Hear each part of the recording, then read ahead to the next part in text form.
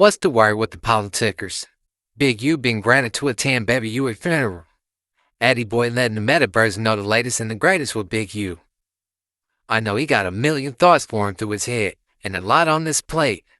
That's solid he gonna be able to see his family and let his son the rest off. They finna had a whole 77 division and SWAT out there. Just in case the 6-0s or Big U wanna pull a prison break type skit. I'm sure he just trying to lay his baby boy to rest, but you never know, shit. Losing a loved one behind them walls definitely get heavy. Addy boy said he couldn't fathom what Big U going through losing his child. He said he lost his little bro in the same spot Nipsey got killed in. That happened while he was in jail. His little bro had to move back to the section because he got twisted up. There's gonna be a lot of energy when Big U show up, man. The hustlers gonna try to make some noise. Some gonna be pump faking looking for attention, and some genuinely gonna be stepping out there. It's gonna be a different feeling after they see him push out that funeral. I'm not sure exactly when the funeral is, but it don't take the weatherman to know the temperature gonna go up in the land. Stay dangerous and keep your head on the swivel, man. Baby Uiie took his shahada some years ago, so he gonna be buried as a Muslim. He leave behind one child, his family and friends. Rest in peace, baby Uiie. Assalamu alaikum, people.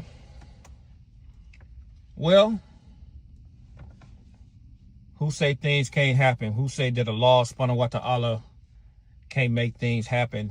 And I think the brother Big U should be grateful that they're letting him go to his son's funeral. And, you know, it's always alhamdulillah for that. And the reason I say that is because is that when you lose somebody behind them walls, especially a child, a brother or something like that, you guys don't know how that shit feel, man. That hit different. And I'm gonna tell you why it hit different. My little brother, may Allah be pleased with that brother. May Allah grant that man the Jannah. I caught my case in 1991, in December 26, 1991. And my little brother was living with me. My baby brother was living with me. He was living nowhere near the section or anything like that. But when I got caught up, he had to move back over there with moms over there on 10th Avenue. So my little brother was at work at Quick and Split over there on Crenshaw and Slauson, right there where Nip got killed at. My brother got killed right there in that same parking lot. It seemed like the same exact spot. And that shit ate at me so much because I figured that if I would have never left, he would have never been over there. Because, you know, I was living in Westchester at that time. He was going to Westchester High School and stuff like that. So my point being is this. You guys don't know, can't even fathom how that stuff feels. You know, I can't even fathom that either, especially losing a child, but I can fathom losing a loved one, you know, and I wasn't privy to going to the funeral. But they finna let the brother Big U out. He has stipulations on his case. Yes, I do have the paperwork. You know me, I have the work. He cannot have no interaction with none of his co-defendants, have no interaction with no potential witnesses or anything like that, but he get to see his family. And basically, you know, a lot of other individuals he can see, and dudes who haven't seen him, you know, it's always alhamdulillah for that the brother man get to go see his family, you know, the son sent off in a proper manner. And like I said, man, it's like I tell dudes all the time, man, the children doesn't have nothing to do with the sins of the parents. And I hope everybody understand that, you know, because some dudes be acting stupid, talking stupid and all that type of stuff. And dudes be like, man, why you defending Big U, man? I'm not defending that brother like that, brother. There's a fine line. There's a demarcation line you just don't cross when you're dealing with family, bro. You know, that man has a family. That man had kids and ain't got nothing to do with anything he had going on, bro. So, and dudes need to understand that on his highest level. So, you know, they're letting him out.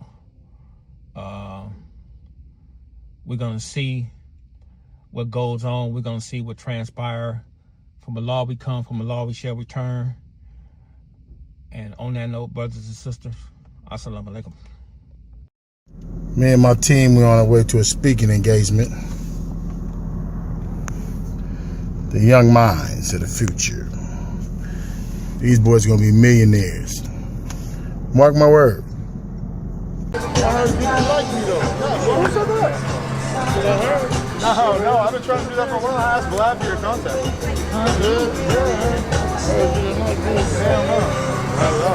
That would be a bold stance for me to take, huh? He knew you were filming. He tried to get me. When I first ran into you, remember when I ran into you? What happened? Let's do the flashback. You go, I heard you don't like me. And my reaction was something like, I don't know who told you that, but if I did not like you, I don't think I'd be telling anybody. If I didn't like you, I would have kept it to myself. And it's crazy because most people think I'm running around on people and I'm like gangstering them. You got to pay me, and it was so funny because you was like, what you walked up to me and you said we was at T.I.'s video shoot, and I was with Thug and I was with OSBS. Okay. And we had just got the car, and you walked up to me, or somebody was with you, walked up to me and said, Gunna was there too. That was the crazy shit. There's like Gunna just walked by at the same exact moment that I was meeting you. I was like, this is weird. And he was like, hey, I want to interview you. I'm like, what's your name? And he was like, I'm Adam. And I'm like, Adam? He was like, I said, man, I heard you don't like me. And he was like, I don't know nothing about that. We could actually play the clip just so that the world could see how awkward it was. It? Yeah, that's in this video. You're lying. No, I got it, yeah.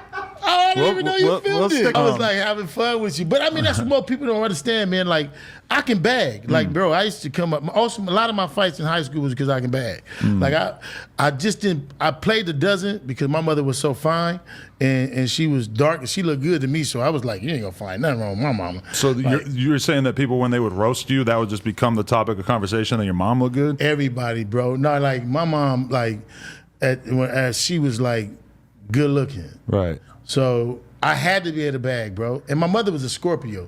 So she made sure we was dressed to the T. Like, she had this thing about, bro, I can love shoes, and my mother would not let me wear them like more than so many times. I'm like, man, I just got them fit right. Like, so bagging is what we grew up doing. Right. And I mean, I have fun, man. I go out, I have fun. I do all kind of fun things. And nowadays they call it bullying and you're not supposed to do it. I'm still gonna do it.